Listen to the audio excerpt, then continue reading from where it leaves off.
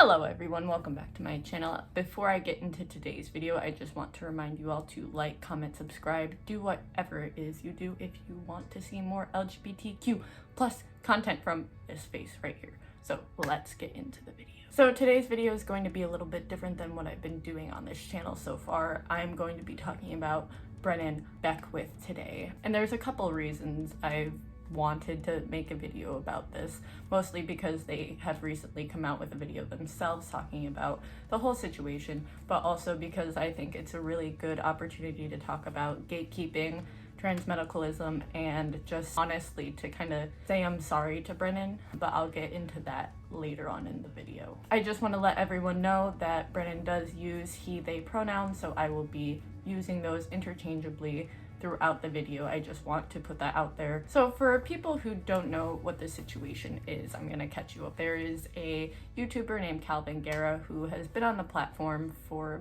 about 4 or 5 years. He is a trans YouTuber and he didn't really start blowing up until about 2016 or 17. Most of the first videos he made on his channel were passing tips. That's honestly how I found him when I was starting to come more into the fact that I am non-binary and that I wanted to be seen and perceived as a bit more masculine. I found his videos really helpful, and that's kind of how I got introduced to him. His most famous video, and the one that really blew up his channel and was the first of these reaction videos, was called Trans Man Reacting to Crazy Transgender, which unfortunately did feature Brennen. At the time, he was making a lot of LGBT content on his channel, and he posted a video titled My Gender Dysphoria and How I Cope with It, which was the video that Kalvin reacted to. Honestly, it's something that I wish I hadn't seen, not only for giving Kalvin the views for such a hate-filled video, but I was also watching a YouTuber who at the time I was starting to respect about trans issues, talking very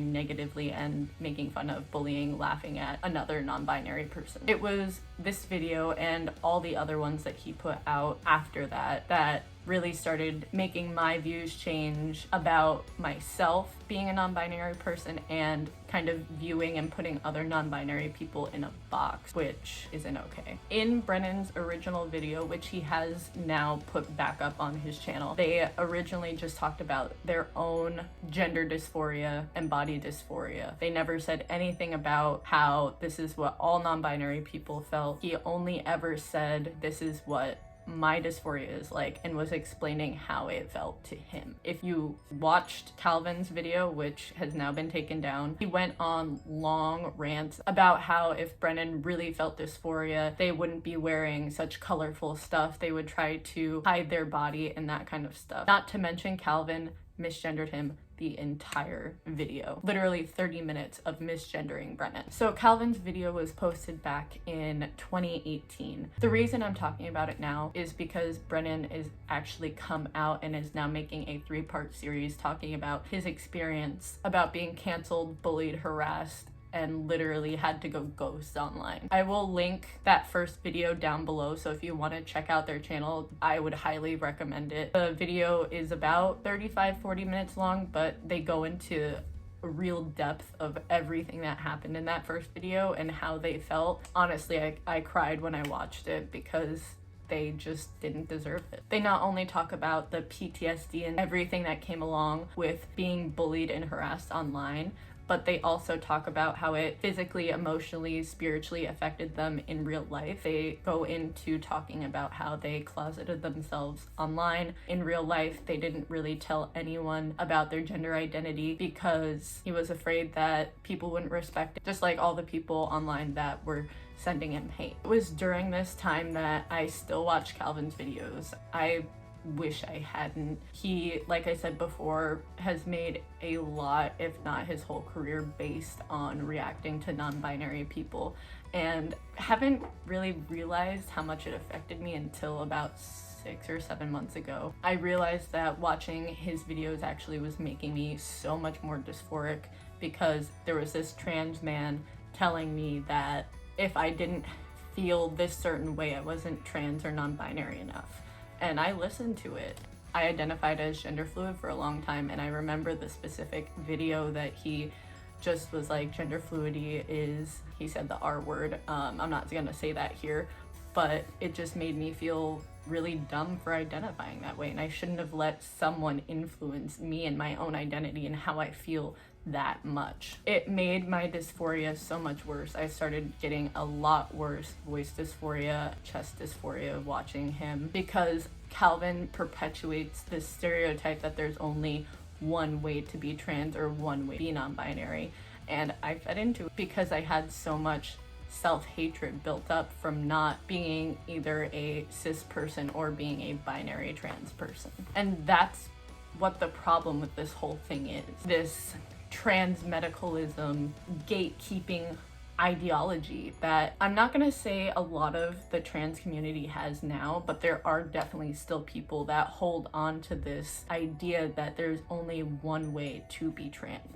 And it causes people like Brennen, like me, like all the other people that have been affected by not only Kalvin, but a whole bunch of trans, mostly binary trans people on YouTube and the internet, telling us that there's only one way to be, and it's not true. That the idea that you have to have this amount of dysphoria or you have to hate everything about yourself in order to be trans is so toxic. It feeds into the idea that trans people can't be happy. Trans and non-binary people are who they say they are. There's nothing that should stop a trans man from wearing a dress and makeup, even if he hasn't gone on testosterone yet. Same goes to trans women. She should be able to do something that's stereotypically masculine, even if she's transitioned or not. A non-binary person doesn't owe you androgyny. These toxic ideologies that have gotten into our heads because we want to have people accept us, so we try to fit into the boxes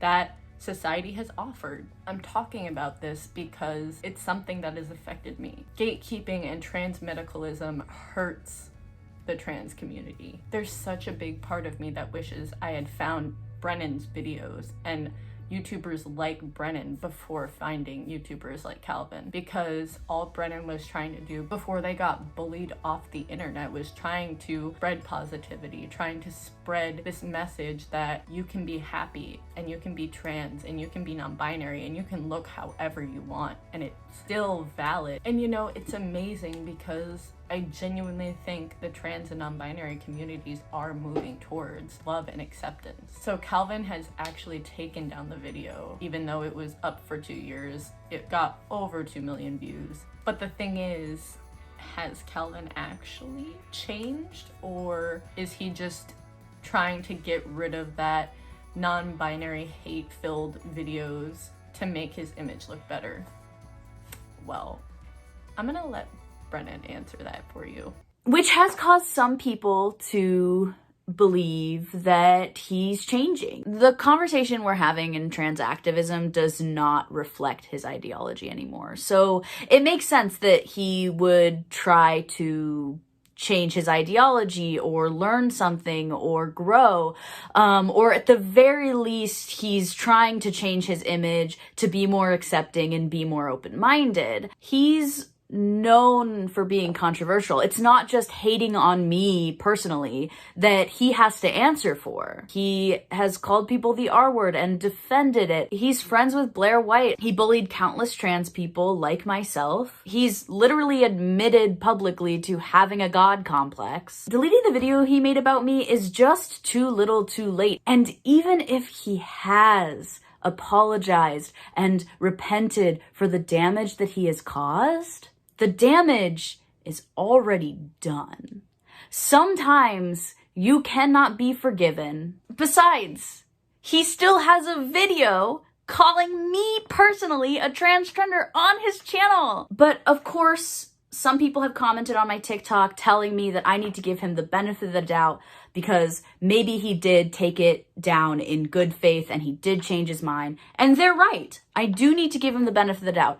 I don't know what he was thinking when he deleted the video, except I do, because he deleted the video on Riley Grace Rochong's live stream. So let's see, did he show remorse for the video that he made and the hate that he sent my way? Did he understand the hurt that he inflicted on me? Did he change his mean and invalidating thoughts about me? Well, let's see. They made a video talking about how you made a video about a smaller, way smaller trans YouTuber called Brennen.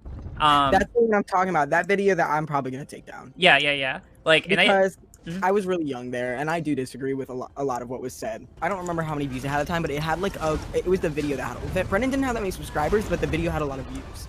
It's very what's the word? It's really insulting. It's really insulting. Brennen did say some just crazy shit, and they just completely misconstrued what dysphoria is. Like, it was very clearly not dysphoria. What bothered me is that Brennen is this very obviously like female presenting person who made a video talking about what gender dysphoria is like, and the video had a lot of views at the time, which is why I reacted to it.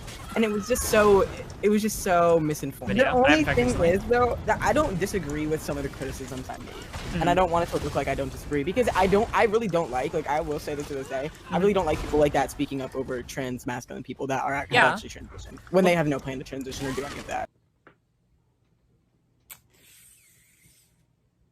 Yeah, not great at all. It's crazy to think that he still thinks that way after 2 years. I know he's still young, but the fact that he still says that he agrees with a lot of the stuff in the hate-filled video that he made just tells me that he's not sorry, which is why I think watching Brennen's video is so important. I think everyone should go listen to their story, listen to what he has to say about everything that he experienced, because it's not okay. It's not okay that this happened to someone. Trigger warning.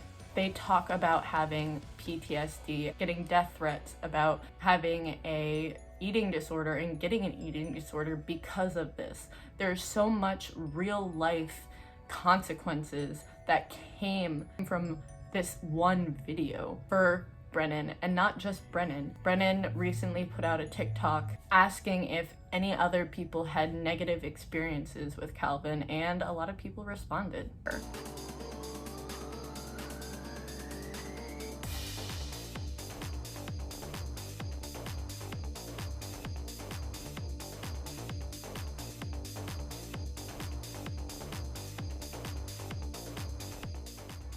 And this is what really inspired me to make this video. I wanted to tell Brennen's story. I wanted to bring awareness to it. I wanted people to know that Kalvin and YouTubers like him have had such a negative impact on not only non-binary people and the non-binary community, but the trans community as a whole. So that's my video for today, you guys. I hope you enjoyed it. Go check out Brennen's video down below. I think it's such an important thing to talk about. He's gonna be making a whole video about gatekeeping, transmedicalism, those kind of things. And I think it needs to be talked about a whole lot more within our community so that we know that we don't have to look or be a certain thing in order to be trans. The only thing that you need to be trans is to not identify with the gender you were assigned at birth, and that's it. I hope you guys like this video. I got a little serious, but yeah, go check out Brennen.